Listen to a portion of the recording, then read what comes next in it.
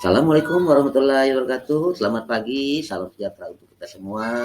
Hai, apa kabar siswa kelas 9 SMP sekalian? Semoga semuanya kita dalam keadaan sehat, alfiat, tetap jaga kesehatan agar tubuh kita selalu fit.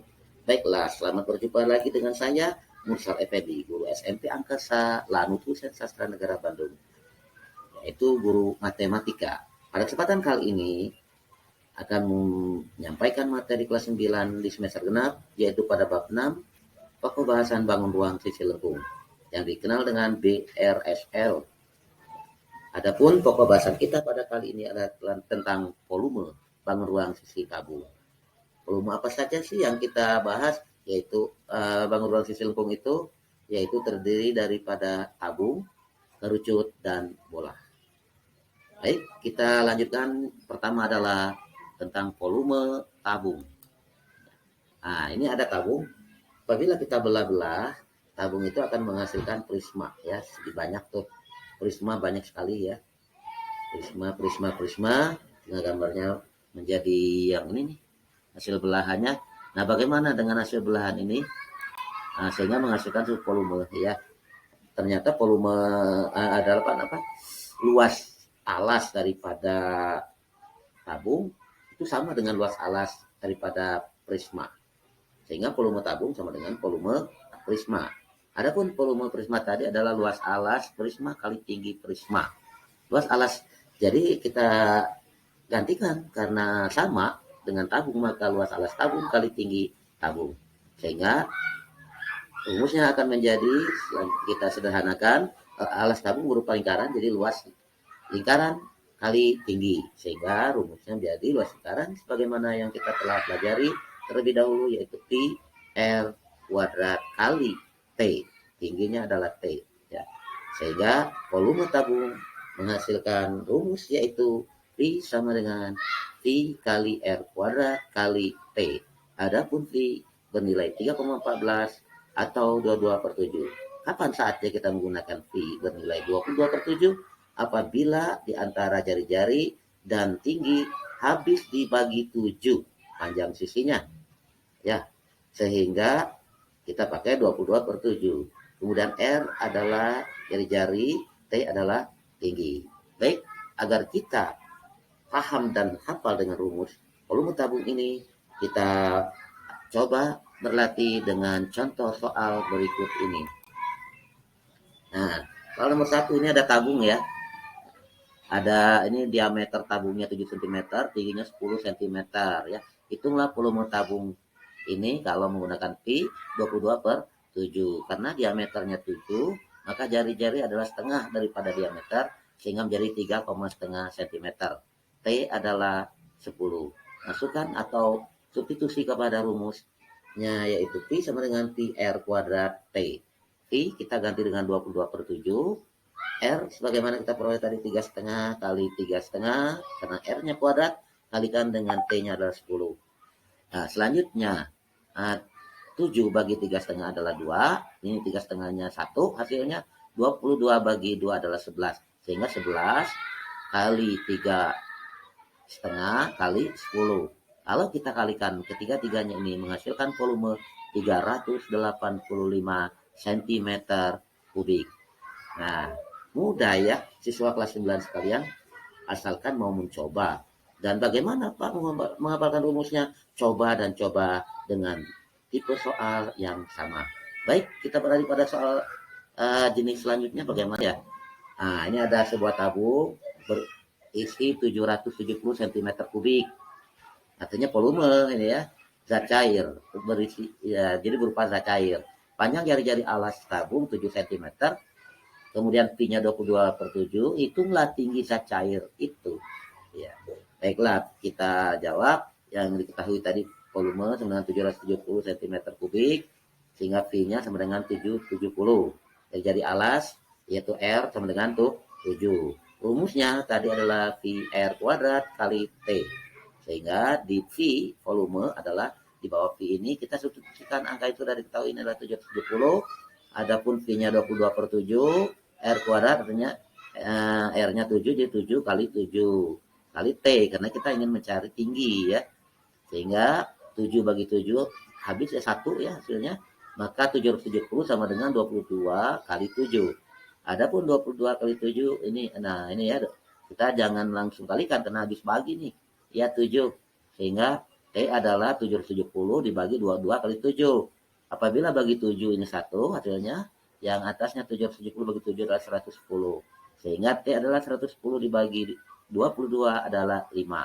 Jadi tinggi zat cair dalam tabung itu adalah 5 cm.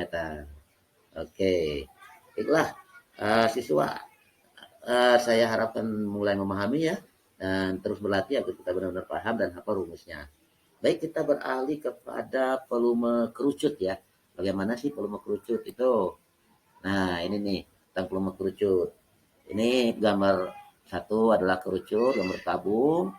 Kemudian gambar 3-nya adalah tabung ya, kerucut.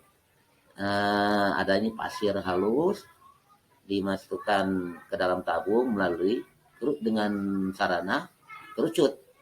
Nah, tabung ini sampai penuh berapa kali isi tabung ini gitu yang penuh ini bisa memenuhi sebuah tabung. Baik, kita peroleh hasilnya sebagai berikut ya. Nah, jadi sediakanlah ya langkah-langkahnya, wadah yang itu berupa kerucut ya. Kemudian isilah dengan pasir halus.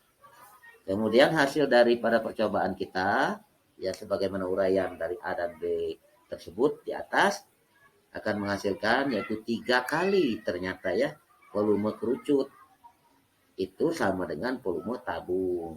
Jadi isi kerucut itu 3 kali sama dengan 1 tabung. Sehingga volume kerucut sendiri adalah volume tabung dibagi dengan bagi 3 ya. Maka rumusnya adalah volume tabung telah kita peroleh tadi V R kuadrat T dibagi dengan 3. Sehingga kalau kita sederhanakan rumusnya menjadi 1/3 V kali R kuadrat kali T. Itulah rumus daripada volume kerucut ya. Baiklah, untuk menghafalkan rumus ini kita coba dengan contoh soal berikut ini. Oke, contoh soal nomor 1. Panjang jari-jari alas sebuah kerucut 3,5 cm dan tingginya 15 cm.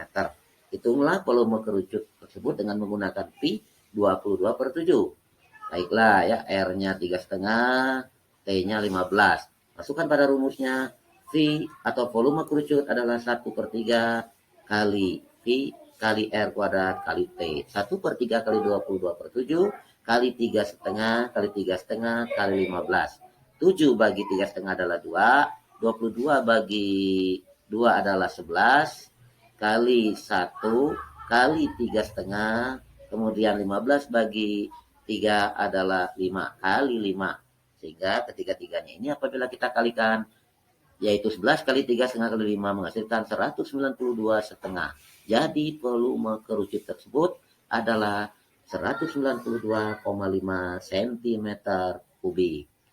Oke ya, udah mulai paham lagi ya. Baiklah, kita beralih kepada yang selanjutnya nih, contoh selanjutnya. Volume sebuah kerucut sudah diketahui di 308 cm kubik. Jika tinggi kerucut itu adalah 6 cm menggunakan pi 22/7, maka hitunglah panjang jari-jari kerucut tersebut ya. Baik, jadi pi-nya sudah ada 308, kemudian T-nya 6, maka R-nya bagaimana gitu ya. Masukkan pada rumusnya, volume ada kerucut adalah sama dengan 1/3 kali pi kali R kuadrat kali T. Pada volume kita substitusikan angka yang sudah diketahui, yaitu 308 sama dengan 1/3 kali pi-nya 22/7 kali R kuadrat kali T-nya adalah 6. Apabila 6 kita bagi dengan 1/3 ini menghasilkan 2, ini tinggal 1. Selanjutnya hasilnya 22/7 kali R kuadrat kali 7. Nah, 3 ini bisa dikalikan ke kiri ya 7, atau ini kalikan ke sini ya. Sehingga terjadi ya dari pembagian nanti menjadi perkalian bisa ya. Sehingga R kuadrat sama dengan 308 bagi 44/7. Yaitu 308 kali. Jadi pembilang jadi penyebut, penyebut jadi pembilang. 7/44. 308 bagi 44 adalah hasilnya 7. Sehingga R kuadrat sama dengan 7 kali 7 sama dengan 49. R saja, jari-jarinya saja adalah akar dari 49, yaitu 7 cm. Jadi panjang jari-jari kerucut ini adalah 7 cm. Oke ya. Baik, kita lanjutkan ya. Untuk yang selanjutnya. Nah, sekarang volume bola ini ya. Volume bola. Bagaimana nih tentang volume bola? Volume bola diperoleh dari mana ya? Oke, baiklah kita perhatikan gambar, tiga gambar ini. Ini setengah bola, bejana ini kerucut. Nah, bola ini kita isikan ya pasir halus tadi dengan kerucut. Bagaimana hasilnya? Dari hasil ini praktik diperoleh bahwa volume setengah bola ini ya menghasilkan 2 kali volume kerucut ini ya.